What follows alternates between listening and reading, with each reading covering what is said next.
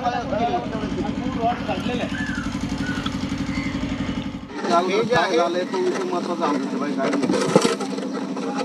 माहिती तुम्ही आल्यानंतर आम्ही कसं ब्लॉक होऊन जातो, आम्हाला बाकीचा विषय करता येत नाही. भ्रष्ट अधिकाऱ्यांचा करायचं काय? खाली डोक्यावर पाय, खाली डोक्यावर पाय. महानगरपालिकेच्या भ्रष्ट अधिकाऱ्यांचं करायचं काय? खाली डोक्यावर पाय. चोर है बच्चोर है, सोमनाथ उबाळे चोर है, चोर है बच्चोर है, सोमनाथ उबाळे चोर है.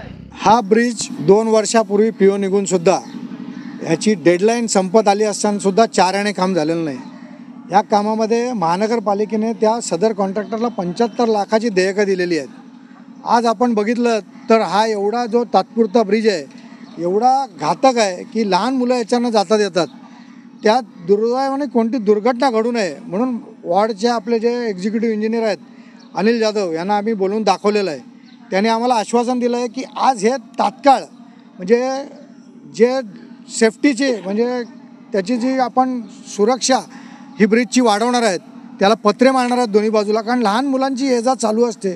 24 तास हा ब्रिज चालू असतो. आणि त्या कॉन्ट्रॅक्टरवर कारवाई करण्यासाठी उबाळे म्हणून जे AC आहेत ब्रिजचे त्यांना एक्झिक्युटिव्हना अनिल जाधवांनी इन्स्ट्रक्शन दिलेले आहेत. ते पत्र देणार आहेत. म्हणून आपण हे तात्पुरतं स्थगित करतो आहे, आंदोलन बंद करत नाहीत. जर आम्हाला दिलेल्या सुरक्षा व्यवस्था जर झाल्या नाही तर हे परत आम्ही आंदोलन ह्याच्यापेक्षाही उग्र तऱ्हेने आम्ही करू एवढं आम्ही त्यांना सांगितलेलं आहे. कॉन्ट्रॅक्टरला जे आहे BMCने 75 लाख रुपये दिलेले, 75,000चे काम दिसत नाही त्याबद्दल त्याच्यासाठी त्या कॉन्ट्रॅक्टरला ब्लॅकलिस्टेड करण्यासाठी आम्ही आंदोलनात आम्ही मागणी केलेली आहे. ह्याच्यानुसार त्याला मेमो दिला जाईल आणि त्याच्यानंतर त्याच्यावर पुढची कारवाई करून त्याला ब्लॅकलिस्टेड केलं जाईल. जर BMC महानगरपालिकेने ऐकलं नाही तर मनसे स्टँडने त्याला 100% आंदोलन केलं जाईल. हे आम्ही स्थगित करत आहोत, आंदोलन मागे घेत नाही आहोत. स्थगित याचा अर्थ हे आंदोलन पुन्हा घेतलं जाईल. त्याच्यावर जर कारवाई झाली नाही त्या कॉन्ट्रॅक्टरवर तर याच्यापेक्षाही उग्र आंदोलन महाराष्ट्र नवनिर्माण सेना हे घेईल. हे हा जो देवनाथ कॉलनीतला A ब्लॉकचा ब्रिज आहे तो प्रभाग क्रमांक 141मध्ये मोडतो. आमचे शाखाध्यक्ष संदीप बनसोडे यांनी नवीन भाऊंच्या निदर्शनास आणून दिलं होतं की साहेब तो ब्रिज खूप म्हणजे क्रिटिकल आहे, कुठल्याही प्रकारचा अपघात होऊ शकतो. त्यानंतर आम्ही त्या ब्रिज संदर्भात पत्रव्यवहार केला तर आमच्या असं निदर्शनास आलं की हा ब्रिज नूतनीकरणासाठी 2022मध्ये PO निघालेले महानगरपालिकेकडनं. आम्ही सुरेश शेट्टी, मी, पवन पवार, आमचे बाकी सहकारी आम्ही त्याचा कंटिन्यू फॉलोअप घेत होतो. तर त्याच्यातून आम्हाला असं समजून आलं की या ब्रिजचं शून्य काम झालेलं आहे आणि महानगरपालिकेने ठेकेदाराला 75 लाख रुपये पेमेंट केलेलं आहे.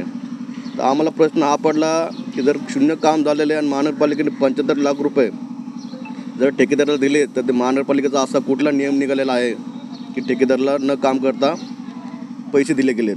तर या संदर्भात आम्ही त्यांचे कार्यकारी अभियंता फतेहसिंग चव्हाण, सहाय्यक अभियंता सोमनाथ उबाळे यांच्याशी आम्ही कंटिन्यू फॉलोअपमध्ये येतो. यांना आम्ही कंटिन्यू सांगतो आणि सगळ्या गोष्टी त्यांच्या निदर्शनात आणून देत होतो. परंतु त्यांचं असं म्हणणं होतं की ठेकेदार आमचं ऐकतच नाही. म्हणजे हे बघा की ही जी गुजराती आणि मारवाडी लॉबी सध्या महानगरपालिकेमध्ये काम करते यांचा महानगरपालिकेच्या अधिकाऱ्यांवरती कसल्या प्रकारचा दबाव आहे हे दिसून येतं. त्यांचा दबाव त्यांनी पाळावा. पण महाराष्ट्र नवनिर्माण सेना ही करदात्यांबरोबर आहे. करदात्यांचा पैसा लोकांनी खाल्लेला आहे, तो आम्ही बाहेर काढल्याशिवाय राहणार नाही. आणि आता नवीन भाऊ ज्याप्रमाणे बोलले की हे आंदोलन आम्ही तात्पुरत्या स्वरूपासाठी स्थगित केलेलं आहे. आता पोलीस प्रशासन आले होते, देवना पोलीस स्टेशनचे वरिष्ठ पोलीस निरीक्षक आले होते. त्यांच्या सांगण्यानुसार आम्ही त्यांना सहकार्य करतो आहे. महानगरपालिकेच्या अधिकाऱ्यांना पण सहकार्य करतो आहे. महानगरपालिकेचे अधिकारी आम्हाला लेखी स्वरूपात हे निवेदन देत आहेत की हे लिहून देत आहेत की ही जी काय बाकीच्या गोष्टी आहेत पूल हा आम्ही काम चालू करतो आहे आणि ठेकेदाराला काळ्या यादीमध्ये समाविष्ट करतो आहे असं त्यांनी सांगितलेलं आहे. त्यामुळे आम्ही आता सध्या तात्पुरत्या स्वरूपात हे आंदोलन स्थगित करत आहोत. तर आम्ही त्यांचं निवेदन त्यांची बोलतात ना की त्यांनी आम्हाला जे निवेदन दिले किंवा आम्हाला जे सांगितलं किंवा तात्पुरत्या स्वरूपात आंदोलन स्थगित करा, आम्ही तुमची कामं करू देतो. जर ती कामं आम्हाला सांगितलेल्या वेळामध्ये झाले नाही तर महाराष्ट्र नवनिर्माण सेना काय करते, कशी करते याचा अनुभव त्यांना आम्ही देऊच.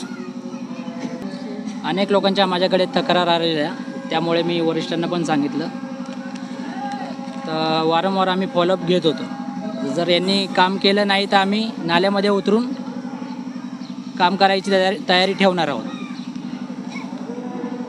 अधिकाऱ्यांनी तर बोललं की आम्हाला जे पत्र दिलेलं आहे रिटर्नमध्ये, ज्या आधी आम्हाला दाखवलं होतं की युद्ध पातळीवरती काम चालू आहे किंवा झालेलं आहे म्हणून 75 लाखाचा महानगरपालिकेचे अधिकाऱ्यांनी, उबाळे साहेब म्हणून जे आहेत भ्रष्ट अधिकारी, त्यांनी कॉन्ट्रॅक्टरला 75 लाखाचा बिल पास करून दिलेलं आहे. जागी जेव्हा आमचे शाखाध्यक्ष संदीप बनसोडे आणि स्थानिक उपविभागाध्यक्ष सचिनभाऊ ससाणे यांनी जेव्हा माहिती घेतली, तेव्हा माहिती घेतल्यावरती सगळेजण आम्ही जेव्हा बघितलं त्या ठिकाणी 75 रुपयाचं सुद्धा काम झालेलं नाही. तर आम्ही ठरवलं महाराष्ट्र नवनिर्माण सेनेच्या वतीने की आम्ही जनआंदोलन घ्यावं म्हणून.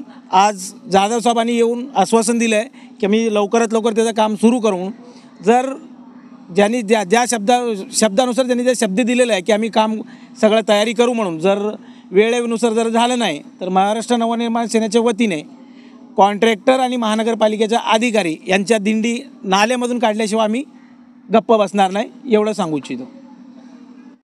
स्थानिक शाखा अध्यक्ष सचिन ससाने आणि उपविभागाध्यक्ष सचिन ससाने यांनी 2 वर्षापासून ह्या गोष्टीचा फॉलोअप घेतात ते ह्या विषयावरती. तरी कुठलाही त्यांना आजपर्यंत कुठलाही आम्हाला त्याचा रिस्पॉन्स आलेला नाही आहे. त्यामुळे आता आम्ही हे ठरवलेलं आहे की जे आता जे भाऊनी जे सांगितलेलं आहे, जर आता आम्हाला त्यांनी हे नाही दिलं तर आम्ही खळखटाक आंदोलन करू मनसेल स्टाईलमध्ये. नारी शक्ती पण पुढे ते तर आम्ही सर्व राजसाहेबांचे कडवट समर्थक आहेत. राजसाहेबांचं रक्तच सळसळते आमच्या अंगात, तर ते नारी शक्ती तर हे होणारच आहे. गली गली में चोर है, गली गली में चोर है, महानगरपालिका चोर है, गली गली में चोर है, सोमवार चोर है, गली गली में चोर है, सोमवार चोर है. अरे भ्रष्ट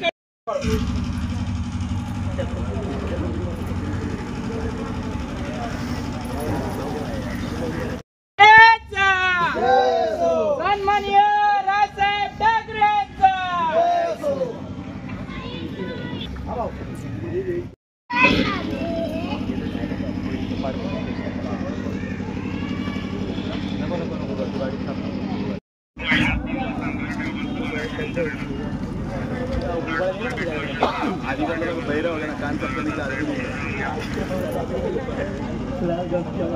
पहिले बोलवतो.